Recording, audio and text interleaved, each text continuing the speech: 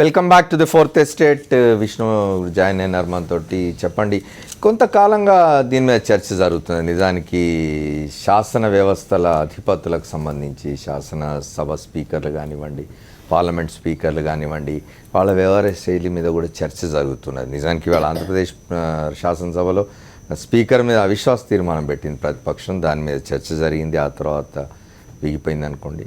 ఎట్లా చూస్తారు మీరు దీన్ని? ఈ భాష ఎట్లా అనిపిస్తున్నది? మీరు ప్రభుత్వంలో ఉన్నవాళ్ళు, ముఖ్యమంత్రి సహా సీనియర్ మంత్రులు, సీనియర్ శాసనసభ్యులు మాట్లాడుతున్న భాష, వాడుతున్న పదజాలం, ఓ సినిమా ఫంక్షన్లో శాసనసభ్యుడుగా ఉన్న సినిమా యాక్టర్ బాలకృష్ణ మాట్లాడంటే అర్థం చేసుకోవచ్చు, అది సినిమా ఫంక్షన్. శాసనసభకు సినిమా ఫంక్షన్లకు తేడా లేకుండా పోతే ఎట్లా? నా దృష్టిలో సినిమా ఫంక్షన్లో కూడా చట్టబద్ధంగా చట్టసభలకు ఎన్నికైనటువంటి వ్యక్తులు వాళ్ళు ఎవరన్నా కానీ కొంత భాష మాట్లాడే విషయంలో మనం ఎన్టీ రామారావు గారిని సంయమనం పాటించారు. వారు చట్టసభలకు ఎంపీ కాకముందు వాళ్ళు ఓన్లీ సినిమా యాక్టర్గా ఏం మాట్లాడుకున్నా పర్లేదు, కానీ మిమ్మల్ని 2 లక్షల మంది ప్రజలు ఎన్నిక చేసుకుని మిమ్మల్ని చట్టసభలు పంపి మీరు శాసనకర్తలు అయిన తర్వాత కొంత భాష విషయంలో బాలకృష్ణ కూడా జాగ్రత్తగా ఉండింటే బాగుంటుంది. మీ జిల్లా ప్రతినిధి ఎవరన్నా కానీ మనము ఈ అంశాన్ని గురించి మనం మాట్లాడుతున్నాం. ఒకటి, ఇప్పుడు శర్మ గారు కూడా చాలా విషయాలు మాట్లాడారు, చాలా ఆవేదనతో కూడా చెప్పారు ఆయన, కాంగ్రెస్ పార్టీ ప్రతినిధి. ఒకటి, స్పీకర్ వ్యవస్థ మీకు మన రవి గారికి కూడా మీరు దశాబ్దాల కాలంగా మీరు స్పీకర్ల దగ్గరగా లేకపోతే రిపోర్టింగ్ నుంచి కూడా మీరు చూశారు వాళ్ళందరినీ, స్పీకర్ వ్యవహార శైలిలు కూడా. అయితే ఒకటి, అమర్ గారు, ఒక మొట్టమొదట శాసనసభలో కానీ లేదా పార్లమెంట్లో కానీ స్పీకర్లు ఎవరు ఎంపిక అయ్యేటువంటి వాళ్ళు ప్రతిపక్ష పార్టీకి సంబంధించినటువంటి వాళ్ళు ఎంపిక అయ్యేటువంటి వాళ్ళు. ఆ సాంప్రదాయం ఒక ప్రతిపక్షం కాలేదనుకోండి, కనీసం డిప్యూటీ స్పీకర్ అన్న ప్రతిపక్ష పార్టీకి సంబంధించిన వ్యక్తులు వచ్చేటువంటి సాంప్రదాయం ఉండేది. ఆ సాంప్రదాయానికి చాలా కాలం క్రితం తిలోదకాలు ఇచ్చారు. ఈరోజు మనం మాట్లాడినటువంటి శర్మ గారు వాళ్ళ పార్టీకి సంబంధించినటువంటి వాళ్ళే మొట్టమొదట ఈ కల్చర్ తీసుకొచ్చారు. ఒక్క నిమిషం ఆగండి, మళ్ళీ మాట్లాడదాం. మీరు శర్మ గారు మీరు 8 నిమిషాలు జాతిని ఉద్దేశించి ప్రసంగిస్తే కాబట్టి ఆ సాంప్రదాయాలు తిలోదకాలు ఇచ్చారు. ఇప్పుడు కూడా మీరు చేయొచ్చు కదా.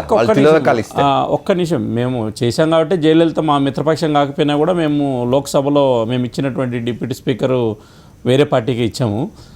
అయితే ఒకటి, అమర్ గారు, ఒక రాజకీయ పార్టీ నుంచి ఎంపికైనటువంటి స్పీకర్లు వాళ్ళు ఆ రాజకీయ పార్టీలో తర్వాత కాలంలో మనం చూస్తే స్పీకర్లుగా రాజీనామా చేసి ముఖ్యమంత్రులు అయినటువంటి వాళ్ళు కూడా మనం చూసాం, కిరణ్ కుమార్ రెడ్డి గారిని. అంటే వాళ్ళు డైరెక్ట్గా ఒక పొలిటికల్ పార్టీలో యాక్టివ్ రోల్ పోషించి ఆ పార్టీలో ఏదో ఒక కీలకమైన స్థానంలో వెళ్ళే సందర్భంలో ఈ రాజకీయ మార్పుల్లో భాగంగానే వాళ్ళని తీసుకొచ్చి స్పీకర్లుగా కూర్చోబెడుతున్నారు. స్పీకర్గా ఇష్టంతో లేదా స్పీకర్ స్థానంకి వచ్చిన తర్వాత అన్ని రాజకీయ పార్టీలకు సమానం చూసేటువంటి వ్యక్తులను, లేకపోతే అన్ని రాజకీయ పార్టీల్లో పెద్దన్న పాత్ర పోషించేటువంటి వ్యక్తులు మనకు తగ్గిపోతున్నటువంటి సందర్భం అయితే మనకు కనపడుతుంది. ఈరోజు ఆంధ్రప్రదేశ్ సంబంధించిన ఆంధ్రప్రదేశ్ శాసనసభ గురించి లేదా శాసన వ్యవస్థ గురించి మనం మాట్లాడితే ఈ దేశంలో శాసన వ్యవస్థకు ఎంత గొప్ప విలువైనటువంటి మనం చూడొచ్చంటే, సుప్రీంకోర్టు న్యాయమూర్తిని ఉభయ సభలకు యూపీఏ 1 సమయంలో అభిశంసన చేసినటువంటి చరిత్ర భారత పార్లమెంటు వ్యవస్థకు, అది శాసన మండలి కావచ్చు, శాసనసభ కావచ్చు, లేదా పార్లమెంటు కావచ్చు, అంత గొప్ప చరిత్ర ఉన్నటువంటి ఈ శాసన వ్యవస్థ మన భారతదేశంలో ఉంది ఈరోజు కూడా. అంటే ఎంత గొప్ప విషయం చెప్పండి, సుప్రీంకోర్టు న్యాయమూర్తిని అభిశంసన చేసేటువంటి శక్తి మనకు ఉందంటే. అంటే ఈరోజు ఆంధ్రప్రదేశ్ శాసనసభకు సంబంధించిన మీరు అడిగిన ప్రశ్నకు వస్తే, శాసనసభ గతంలో శాసనాలు చేసేకి శాసనసభ్యులు శాసనసభకు వచ్చేటువంటి వాళ్ళు 150,000 మంది 2 లక్షల మంది ఓట్లు వేసి వాళ్ళని పంపించి ఆ నియోజకవర్గాల సమస్యలు లేదా చట్టంలో మార్పులు శాసనాలకు సంబంధించినటువంటి వాళ్ళు, లేదా కొంతమంది విద్యార్థి నాయకులుగా పనిచేసి శాసనసభకు వచ్చినటువంటి ఇప్పుడు సీతారెడ్డి గారిని తీసుకొచ్చారు. వీరు స్టూడెంట్ లీడర్గా వచ్చి యువజన నాయకుడిగా వచ్చి ఈరోజు శాసనసభకు వచ్చాడు. వీళ్ళందరికీ ఒక ఎయిమ్ ఉంటుంది, మేము చట్టసభలకు పోయి శాసనాలు చేయాలా, అనేక విషయాలు తెలుసుకోవాలా. ఈరోజు మీరు ప్రతిపక్ష పార్టీని చూడండి, అధికార పార్టీని చూడండి, ఎంతసేపు ఉన్నా శాసనసభ జరపడమే ఇష్టం లేకోకుండా శాసనసభ జరుపుతారు. ప్రతిపక్ష పార్టీ ఒకవేళ 50 రోజులు సభ జరపాలని అనుకోండి, 50 రోజులు ఎందుకు 30 రోజులే చాలంటారు. అంటే లెక్కలు ఏవైతే ఉన్నాయో చట్టబద్ధంగా ఇన్ని రోజులు సభ జరపాలి కాబట్టి బడ్జెట్ సమావేశాలు జరుపుతున్నాం, శీతాకాల సమావేశాలు జరుపుతున్నాం. అయితే దురదృష్టం ఏంటంటే, నేను చాలా సందర్భాల్లో మీకు కూడా చెప్పాను, ఈరోజు ఉన్నటువంటి ఆంధ్రప్రదేశ్ శాసనసభలో ఏ రోజు కూడా ప్రతిపక్ష నాయకుడు జగన్మోహన్ రెడ్డి గారు సభానాయకుడు అని చెప్పి లేకపోతే ముఖ్యమంత్రి అని చెప్పి చంద్రబాబు నాయుడుకి ఏ రోజు గౌరవం ఇచ్చినట్లు నాకు అనిపించలేదు. అదే సందర్భంలో ముఖ్యమంత్రిగా ఉన్నటువంటి చంద్రబాబు నాయుడు గారు కూడా అరే ఒక ప్రతిపక్ష నాయకుడు 67 మంది శాసనసభ్యులకు ప్రతినిధి అతను లీడర్ ఆఫ్ ది అపోజిషను అనేటువంటి వ్యవహారం కూడా ఎక్కడ కనపడలేదు. మాట్లాడేటువంటి భాషకు సంబంధించి అయితే ఇంకా మీరు ఇప్పటిదాకా చాలామంది మీరు మాట్లాడేటట్టు దానికి సంబంధించినటువంటిది ఆ భాష అనేది అంటే ఫైనల్గా నా కన్క్లూడింగ్ ఏంటంటే శాసనసభ సమావేశాలు తమ రాజకీయ పార్టీల ఉనికి కోసము లేదా తమ యొక్క లీడర్షిప్ ఎక్స్పోజర్ కోసము వ్యక్తిగత అవసరాల కోసం దూషణల కోసం ఉపయోగించుకుంటున్నారు తప్ప ఈ శాసనసభలో ఆంధ్రప్రదేశ్లో ఈ తప్పు జరిగినటువంటి సందర్భంలో మీకు తెలుసు రామోజీరావు గారు లాంటి అతిపెద్ద జర్నలిజంలో అనేక సంవత్సరాలు అంత పెద్ద వ్యక్తిని కూడా శాసనసభ నోటీసులు ఇచ్చి పిలిపించినటువంటిది, లేదా పత్రికల్లో తప్పు జరిగితే లేకపోతే ఏదైనా పత్రికా యాజమాన్యాలు తప్పు జరిపితే స్పీకర్కి ఉన్నటువంటి అధికారాలు ఇవన్నీ కూడా మనం చరిత్రలో మనం ఒకసారి చూడొచ్చు. ఇప్పుడు ఈ రోజు జరుగుతున్నటువంటి శాసనసభ ప్రజల సమస్యలు కానీ ప్రజల అభిప్రాయాలు కానీ ఓట్లు వేసినటువంటి 5 కోట్ల మంది యొక్క ఆలోచనకు అనుగుణంగా ఒక్క రోజు కూడా శాసనసభ 19 మాసాల్లో ఐ గాట్ యువర్ పాయింట్. నేననేది ఏంటంటే ఎస్ ఇటు తెలుగుదేశం పార్టీ అధికారంలో ఉన్నది, వైఎస్ఆర్ కాంగ్రెస్ పార్టీ ప్రతిపక్షంగా ఉన్నది. ఆ ఇద్దరి మధ్యలో మీరున్నారు అధికార పక్షానికి మిత్రపక్షంగా, మీ సభ్యులు ఉన్నారు. ఇది తప్పు అనే మాట మీ సభ్యుల నోటి నుంచి ఎందుకు రావడం లేదు? ఈ భాష తప్పు. మంత్రులుగా ఉండి ముఖ్యమంత్రిగా ఉండి బాధ్యత గల పదవుల్లో ఉండి శాసనసభ ఆవరణలో శాసనసభ స్థలిలో ఇట్లా మాట్లాడకూడదనే ఇది మీరు ఎందుకు చెప్పడం లేదు? ఒకటి భారతీయ జనతా పార్టీ సంబంధించిన మంత్రులు ఉన్నారు, భారతీయ జనతా పార్టీకి ఎంపికైనటువంటి శాసనసభ్యులు అందరూ కూడా మొట్టమొదటిసారిగా ఎంపికైనటువంటి శాసనసభ్యులు వాళ్ళు. ఈవెన్ కామినేని శ్రీనివాస్ గారు తీసుకోండి, మాణిక్యాలరావు తీసుకోండి, విష్ణుకుమార్ రాజుని తీసుకోండి,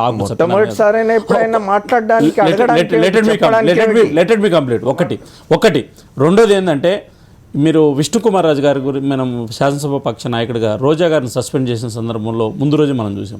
1 సంవత్సరం ఉండేటువంటి కాలపరిమితి సరైనటువంటి కొంత ఆలోచించడం అనేటువంటి దాన్ని ప్రభుత్వం రిసీవ్ చేసుకోలేదు. రెండోది నిన్న కూడా అపోజిషన్ లీడరు జగన్మోహన్ రెడ్డి గారు ఒక కుంభకోణానికి సంబంధించిన విషయంలో ఏదో డిస్కస్ చేస్తుంటే వాళ్ళు అడిగారు కదా మీరు సమాధానం చెప్పమంటే అంటే రియాక్షన్ అనేటువంటిది మనం చూసాం.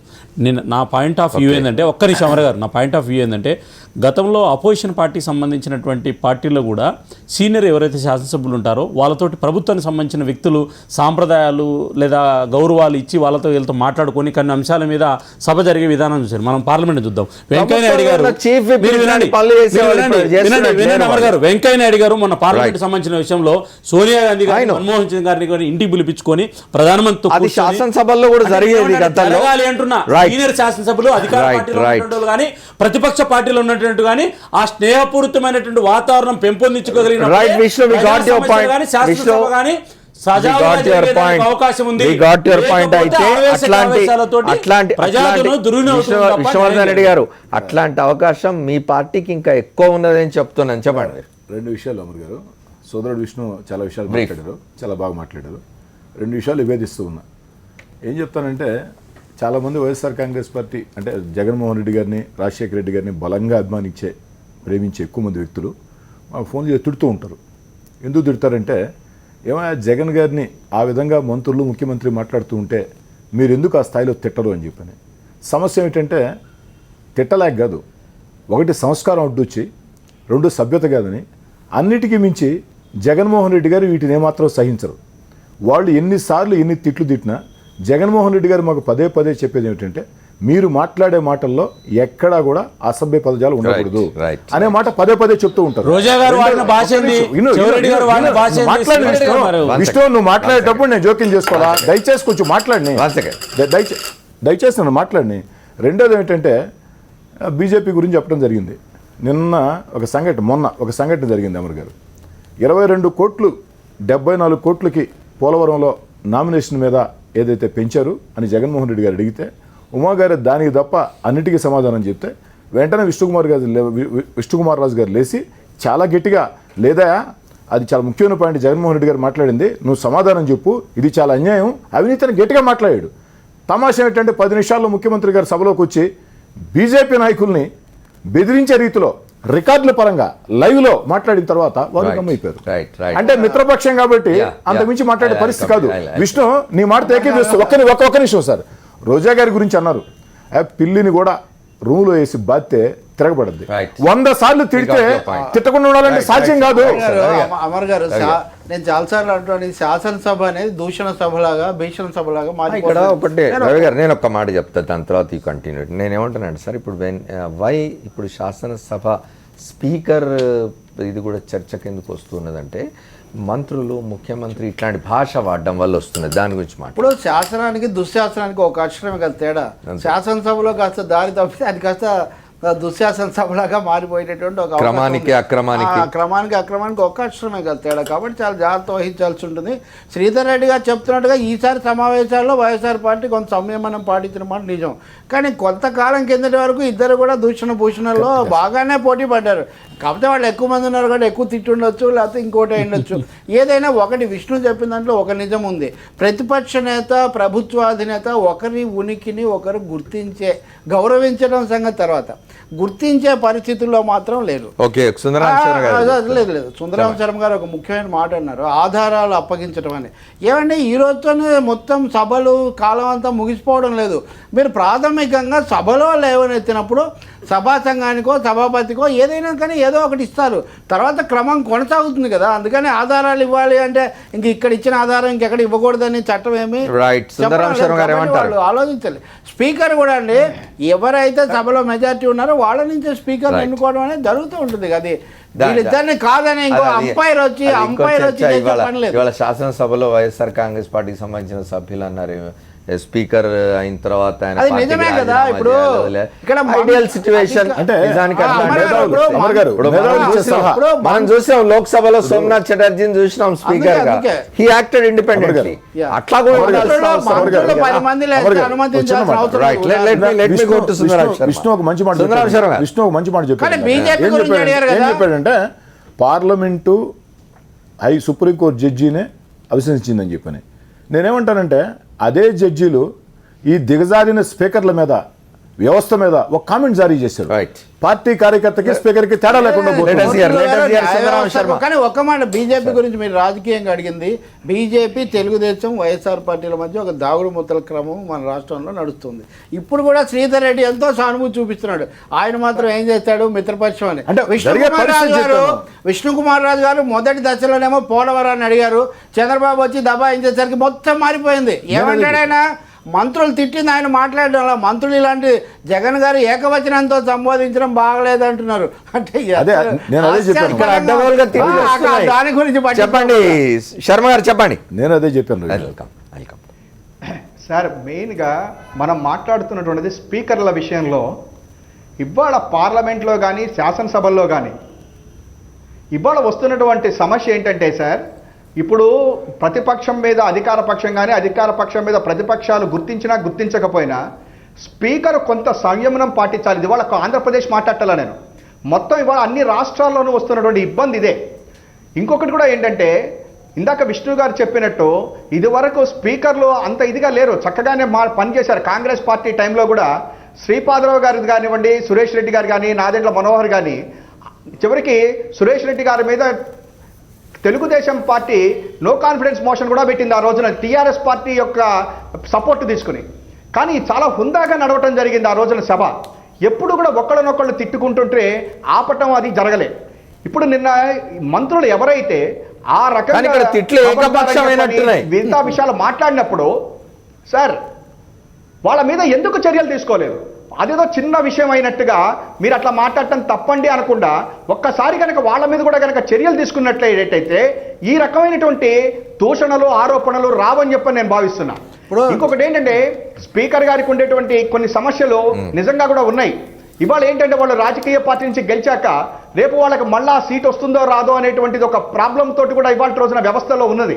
అందుకనే నేను చెప్తున్నా, స్పీకర్ వ్యవస్థ మీద, స్పీకర్ల యొక్క తీసుకునేటువంటి డెసిషన్స్ మీద, స్పీకర్ల యొక్క పద్ధతి మీద ఒక రాజ్యాంగమైనటువంటి చర్చ ఈ రాజకీయ పార్టీలన్నీ చెయ్యాలి అని చెప్పని నేను చెప్తాను. జరుగుతున్నది శర్మ గారు, ఇవాళ ఏ వ్యవస్థలు హోలీ కౌస్ గా లేవు, అన్నిటి మీద చర్చ జరుగుతున్నది. అమర్ గారు, ఆల్రెడీ స్పీకర్ల యొక్క విధి విధానాలను, శర్మ గారు ఒక్క నిమిషం, స్పీకర్ల యొక్క విధి విధానాలు మనం పరిశీలిస్తే వారు స్పీకర్గా ఎంపికైన తర్వాత వారు ఏ రాజకీయ పార్టీకి సంబంధం లేనటువంటిది వాళ్ళకి నిర్ణయం ఉంది. రెండోది అలా ఏం వాళ్ళు లేదు. ఓటు చట్టరీత్యా వాళ్ళు ఏం లేదు. అట్లా ఒక నిమిషం. చట్టరీత్యా అది ఏం లేదు కదా. అది ఎథికల్ అండి. ఒకటి. ఒక స్పీకర్గా నిష్పక్షపాతంగా వాళ్ళు వ్యవహరించాలంటే వాళ్ళ పార్టీకి ఒక సంబంధించిన ఒక దానికి ఒక attend ఒక్క అవుతూనే నిమిషం ఉంటారు. శర్మ గారు ఒక్క నిమిషం. ఒక స్పీకర్ అనేటువంటి వ్యక్తి సభను సజావుగా జరగాలంటే కాన్ఫిడెన్స్లోకి తీసుకోవాల్సినటువంటి అవసరం ఉంది. ఒక చిన్న ఉదాహరణ మీకు నేను గుర్తు చేస్తాను. Very brief మా శ్రీధర్ రెడ్డి గారు ఒప్పుకోకపోవచ్చు కానీ ప్రతిపక్ష నాయకుడిగా కూడా చంద్రబాబు నాయుడు గారు 10 సంవత్సరాలు పనిచేశారు. రాజశేఖర రెడ్డి గారు ముఖ్యమంత్రిగా ఉన్న సందర్భంలో 6 సంవత్సరాలు ఉన్నారు.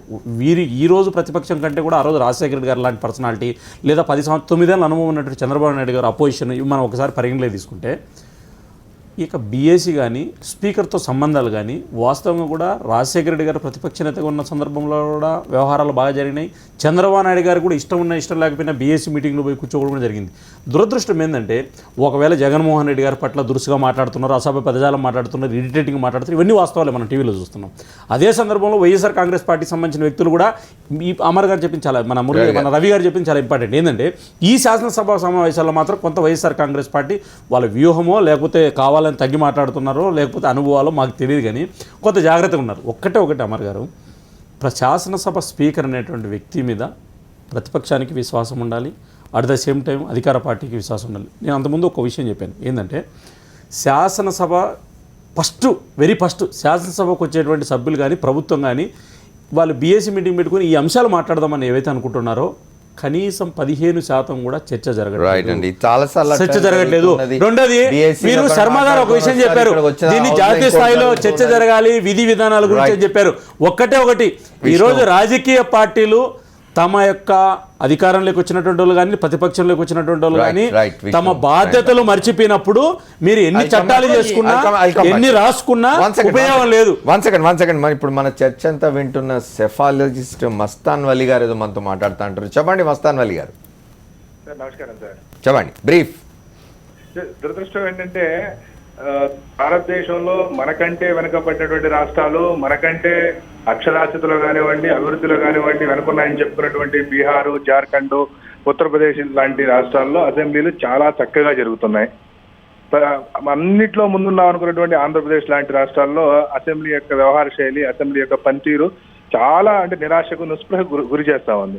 ముఖ్యంగా స్పీకర్ అనేటువంటి వ్యక్తి లేదా స్పీకర్ అనేటువంటి వ్యవస్థ విఫలమైనప్పుడు ఆయా శాసన వ్యవస్థలు ఏ విధంగా ఉంటాయనే దానికి ప్రత్యక్ష ఉదాహరణ ఆంధ్రప్రదేశ్ అసెంబ్లీలా కనిపిస్తా ఉంది. రెండు ముఖ్యమైన విషయాలు సార్. కేవలం నిన్న అంటే గడిచినటువంటి 2-3 దఫాలుగా కనుక మనం శాసన సభ యొక్క పనితీరును చూస్తున్నట్టయితే, ఒకటి సమయం కేటాయించడం, రెండు సభ జరిగేటువంటి సమయంలో ఒక వ్యక్తి మాట్లాడుతున్నప్పుడు ఇంకొక వ్యక్తికి అవకాశం ఇవ్వకుండా మాట్లాడుతున్నటువంటి వ్యక్తి యొక్క సమయాన్ని, ఆయన యొక్క గౌరవాన్ని నిలిపేటువంటి పనిని స్పీకర్ గారు సమర్థంగా నిర్వహించకపోవటం.